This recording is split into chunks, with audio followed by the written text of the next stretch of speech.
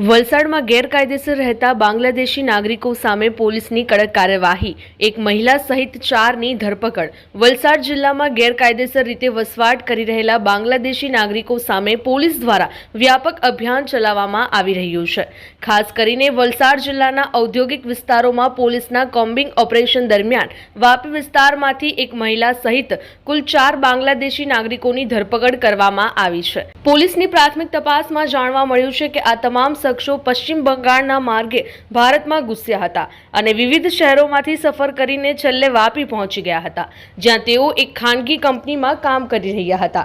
જિલ્લા પોલીસ વડા ડોક્ટર કરણરાજ વાઘેલાએ જણાવ્યું હતું કે છેલ્લા 2 દિવસથી ખાસ અભિયાન અંતર્ગત 50થી વધુ શંકાસ્પદ લોકોના દસ્તાવેજોની તપાસણી કરવામાં આવી હતી।